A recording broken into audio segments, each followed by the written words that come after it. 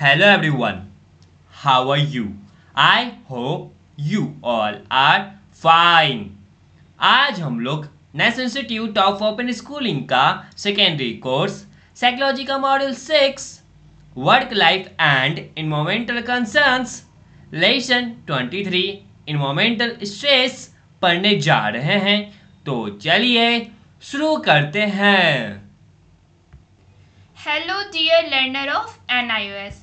Today we are going to study lesson 23 which is environmental stress. So let's start. Our environment plays a vital role in determining our well-being. We live in an environment and the quality of our life depends on the quality of the surrounding environment. Today, various types of pollution, example, water, air, are creating stress for the people. As you know, a large number of diseases come from the environment in which we live. In this lesson, we will study about the factors in our environment which produce stress, their psychological impact, and analyze some of the ways of overcoming them. तो हमारा जो पर्यावरण है हमारे अच्छे रहने में वो बहुत ही बड़ा महत्वपूर्ण एक रोल को प्ले करता है।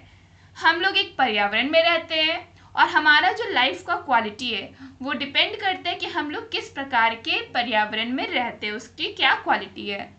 आज बहुत सारे प्रकार के प्रदूषण देखने को मिलते हैं, जल प्रदूषण, वायु प्रदूषण और ऐसे कई प्रकार के प्रदूषण देखने को मिलते हैं। ये क्या करते हैं, लोगों के जीवन में स्ट्रेस को क्रिएट करते हैं। जैसा कि आप सभी जानते हो कि बहुत बड़ी संख्या में जो बीमारियां हैं वो हमारे इन्वायरमेंट से हमें होती है जिसमें हम लोग रहते हैं। इस लेसन में हम लोग अलग अलग फैक्टर्स के बारे में जानेंगे जो हमारे इन्वायरमेंट में स्ट्रेस को प्रोड्यूस करता है, उसके साइकोलॉजिकल इम्पैक्ट को जानेंगे और उससे कैसे ओवरकम हो सके, उससे कैसे हम लोग निकल सके, उस मेथड को हम लोग एनालाइज करेंगे। So we are going to read section 23.1 environmental stress. You have read about stress and its various effects in lesson 21. To recapitulate, it may be noted that stress in any physical or emotional state that causes bodily or mental tension. In the same way, environmental stress can be defined as an undesirable transaction between the person and the environment.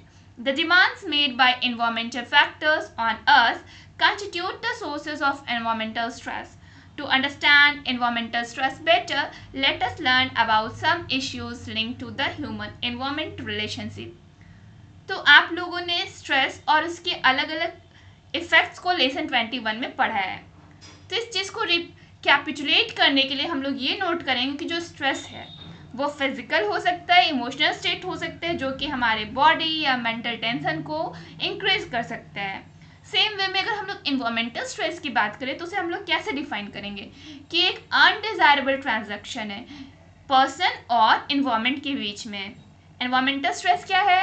Undesirable transaction between the person and the environment. Okay, now जो ये हम लोग देख रहे हैं कि हमारे environmental factors है उसमें अलग अलग प्रकार के सोर्सेस है जो हमारे इन्वायरमेंटल स्ट्रेस को इंक्रीज कर रहा है। इन्वायरमेंटल स्ट्रेस को बढ़िया तरीके से समझने के लिए हम लोग कुछ इश्यूज के बारे में पढ़ेंगे और ह्यूमन इन्वायरमेंटल रिलेशनशिप्स के बारे में जानेंगे। As indicated earlier, considerable part of human behavior is influenced by our environment.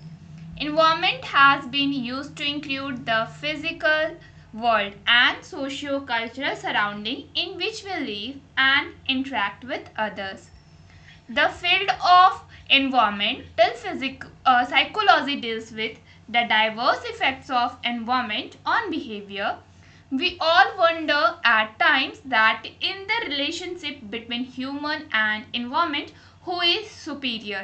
We all have read in the newspapers about the remarkable achievement of human beings over nature, like going to the moon, cloning, etc. But does this mean that human beings are free to play with nature? What answer can one give to the natural calamities which befall human lives? To answer these questions, let us try to understand the different ways in which the human-environment relationship can be understood. Let us understand these views in some detail.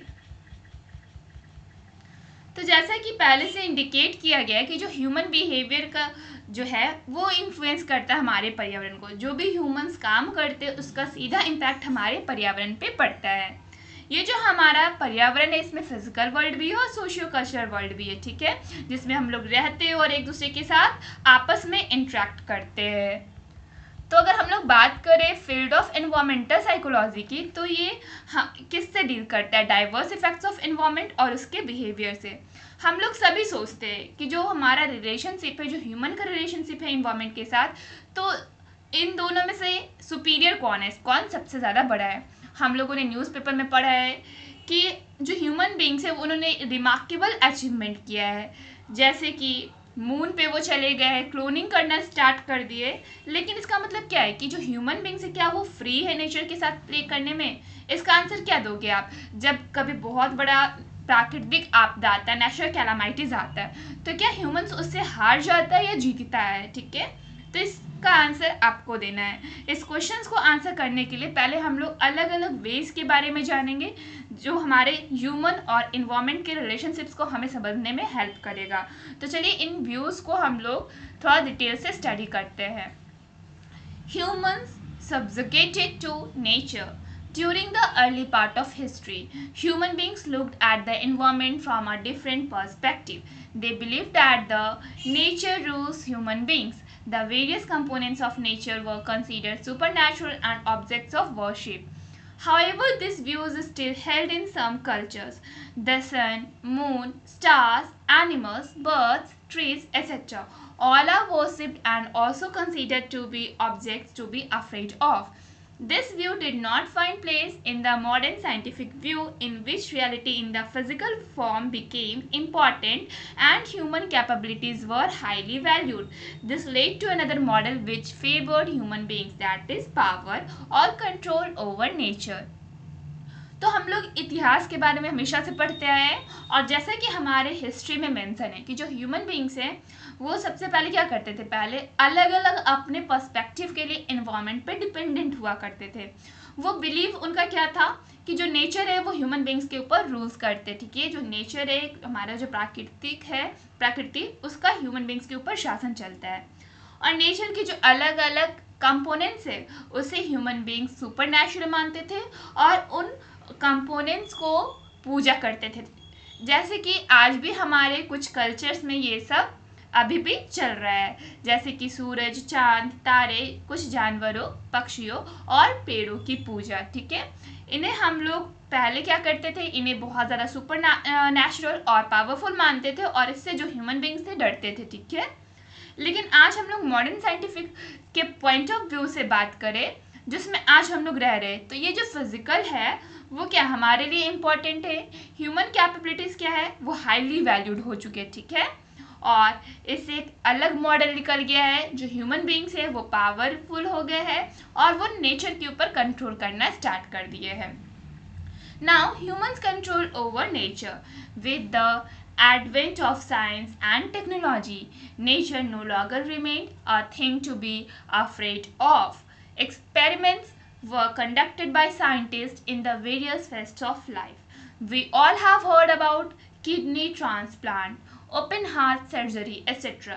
In the same way, we all see that nowadays the vegetables grown at a specific time of the year are now available throughout the year. A field called genetic engineering is bringing changes in the pattern of crop production and medicines. Human life has been elevated scientifically, but again, it was felt that some questions remain unanswered. They were starting earthquakes and global warming, rise in the temperature, which have brought climatic changes and depletion of ozone layer, all are now matters of great concern. Nuclear power has become a constant threat to the world. These problems lead us to think about environment differently, in which a balance between man and environment is warranted. तो हम लोग science और technology में बहुत ज़्यादा progress कर चुके हैं, और जो हमारा नेचर है वो हम लोग अब उससे डरते नहीं हैं। जैसे कि बहुत सारे एक्सपेरिमेंट साइंटिस्ट के द्वारा कंडक्ट किए गए हैं अलग अलग लाइफ को लेकर के, मतलब कि अलग अलग फर्स्ट को लेकर के, ठीक है। हम लोगों ने किडनी ट्रांसप्लांट के बारे में सुना है, ओपन हार्ट सर्जरी के बारे में सुना है। इसी तरह से आज हम लोग देखते हैं कि सब्जियों को ग्रो किया जाता है, जो पहले स्पेसिफिक टाइम ऑफ ईयर में पहले ग्रो किया जाता है। मतलब कि मान लिया जाए कि जो पहले जो सब्जियां सिर्फ ठंड के टाइम में ही मिला करती थी, आज वो पूरे साल भर मिलती है। मतलब उसको आज उस प्रकार से ग्रो किया जाता है कि वो पूरे साल हम लोग को वो सब्जी उपलब्ध हो सके, ठीक है। तो एक फील्ड है जेनेटिक इंजीनियरिंग, ये पूरे को चेंज करके रख दिया। जितना भी हमारा क्रॉप प्रोडक्शन का पैटर्न था, मेडिसिन का पैटर्न था, उन सब चीज़ों को चेंज कर दिया, ठीक है। ह्यूमन का जो लाइफ है आज साइंटिफिकली बहुत ज़्यादा एलिवेट हो चुका है, लेकिन फिर भी कुछ क्वेश्चन के जो आंसर है वो अभी तक हमें नहीं मिले, वो अभी तक अनआंसर्ड है। जैसे कि बहुत बार डेवास्टार्टिंग अर्थक्वेक्स आता है, बहुत ही ज़्यादा भयंकर भूकंप आता है, ग्लोबल वार्मिंग जिसको हम लोग देख रहे हैं कि इसमें दिन प्रतिदिन हमारा टेम्परेचर हमारे अर्थ का राइज होते जा रहा है, ठीक है। इसकी वजह से हमारा क्लाइमेटिक चेंजेस आ रहा है, ओजोन लेयर डिप्लीट कर रहा है, और ये आज बहुत बड़ी चिंता का विषय बनी हुई है, ठीक है। न्यूक्लियर पावर जो है वो एक कॉन्स्टेंट थ्रेट बना हुआ है पूरी दुनिया के ऊपर। तो ये जितनी भी समस्या है, तो एक बार फिर से ह्यूमन को ये सोचने पे मजबूर कर देती है कि जो इन्वायरमेंट है उससे हम लोग कैसे बैलेंस करके रखेंगे मैन और इन्वायरमेंट को, ठीक है, आपस में। Now, symbiotic relationship between human and nature. We all read slogans like conserve oil, plant trees, and save water. But have you ever thought why it is said so? Do you know that many of the changes in our environment are happening due to various acts of human beings? Human beings and nature have always shared an interdependent relationship, which means that no one is sufficient in itself. Human beings derive a lot from nature in various forms, and it also becomes a necessity that a sense of duty towards nature is generated. People blindly exploit various natural resources without thinking about their impact on others in present time and future. Many natural resources, example oil, coal, are unreplenishable and therefore should not be wasted. तो हम लोगों ने बहुत सारे slogans को पढ़ रखा है, जैसे कि conserve oil, plant trees, save water. ये हम लोग डे टू डे लाइफ में सुनते और पढ़ते हैं इन स्लोगन्स को, ठीक है। तो आप लोगों ने कभी सोचा है कि क्यों ये सब स्लोगन्स दिए गए हैं? आप जैसा कि जानते हैं कि बहुत सारे चेंजेस हमारे इन्वायरमेंट्स में हो रहा है। क्यों हो रहा है? क्योंकि ये ह्यूमन बींग्स के एक्टिविटीज़ से, ठीक है, जो भी ह्यूमन बींग्स करते हैं उसका डायरेक्ट और इनडायरेक्ट इम्पैक्ट हमारे इन्वायरमेंट पे ज़रूर पड़ता है। ये जो ह्यूमन बींग्स और जो नेचर है वो आपस में एक इंटरडिपेंडेंट रिलेशनशिप को शेयर करते हैं, जिसका मतलब कि कोई भी एक दूसरे के बिना सफिशिएंट नहीं है। ह्यूमन बींग्स जो है वो बहुत कुछ नेचर से लेते हैं, अलग अलग प्रकार से, अलग अलग रूप से, ठीक है। इसलिए ज़रूरी भी बन गया है कि जो ह्यूमन बींग्स हैं उनको एक ड्यूटी का सेंस होना चाहिए कि वो नेचर के प्रति उनको कुछ ड्यूटी उनका भी रहना चाहिए। जैसे कि जो लोग हैं वो ब्लाइंडली क्या करें, अलग अलग नेचुरल रिसोर्सेज को एक्सप्लॉइट कर रहे हैं, शोषित कर रहे हैं, ठीक है। और वो ये भी नहीं सोच रहे हैं कि उसका क्या इम्पैक्ट पड़ेगा हमारे प्रेजेंट टाइम में या फ्यूचर में आने वाले जनरेशन के ऊपर, ठीक है। जैसे कि बहुत सारे नेचुरल रिसोर्सेज है, ऑयल, कोल, ये आज अनरिप्लेनिशेबल है, इसलिए इसका जब भी यूज़ करना चाहिए तो सोच समझ कर यूज़ करना चाहिए, इसे वेस्ट नहीं करना चाहिए। The imbalance created due to blind exploitation of nature is also resulting in various forms of pollution and threats to life. You will read more about the various types of pollution and their impact in a later section of this lesson. The quality of air, water, and eatables all are influenced by human intervention.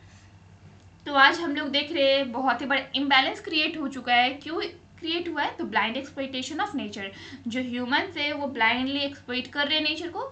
इसके परिणाम स्वरूप हम लोग देख रहे हैं कि अलग अलग प्रकार के प्रदूषण उत्पन्न हो रहे हैं और हमारे लाइफ को थ्रेट कर रहे हैं। आप लोग अलग अलग टाइप्स के पॉल्यूशन के बारे में और उसके इम्पैक्ट के बारे में लेटर सेक्शन में पढ़ोगे लेसन के। जो एयर का क्वालिटी है, वाटर का, जितने भी एचेबल्स की जो क्वालिटी है आज वो ह्यूमन इंटरवेंशन की वजह से इन्फ्लुएंस्ड हो चुकी है। The symbiotic relationship between human beings and nature is a balanced view which tells us that we must recognize our limitations and do not blindly harm environment by our activities. It recognizes the natural interdependence of the two. तो हम लोग जब symbiotic relationship की बात कर रहे हैं human beings और नेचर के बारे में, तो वो बैलेंस्ड होना चाहिए, जो हमें ये बताता है कि हम लोगों को अपने लिमिटेशंस को रिकग्नाइज करना ज़रूरी है और हम लोग इन्वायरमेंट को अपने एक्टिविटीज़ के थ्रू ब्लाइंडली हार्म नहीं पहुंचा सकते। और ये भी है कि जो हमारा नेचुरल इंटरडिपेंडेंस है दोनों का, उसे पहचाना जाना चाहिए और उसका ख्याल रखना चाहिए। Now here is in text question 23.1, try to solve both of this questions. Well, chapter अभी कंप्लीट नहीं हुआ है। नेक्स्ट वीडियो में नेक्स्ट टॉपिक कवर अप होगा। तब तक के लिए इस चैप्टर का इंडेक्स क्वेश्चन बनाने का प्रयास करें और साथ ही साथ इस चैप्टर को पढ़ने और समझने का प्रयास करें। That's all for today. Thank you everyone.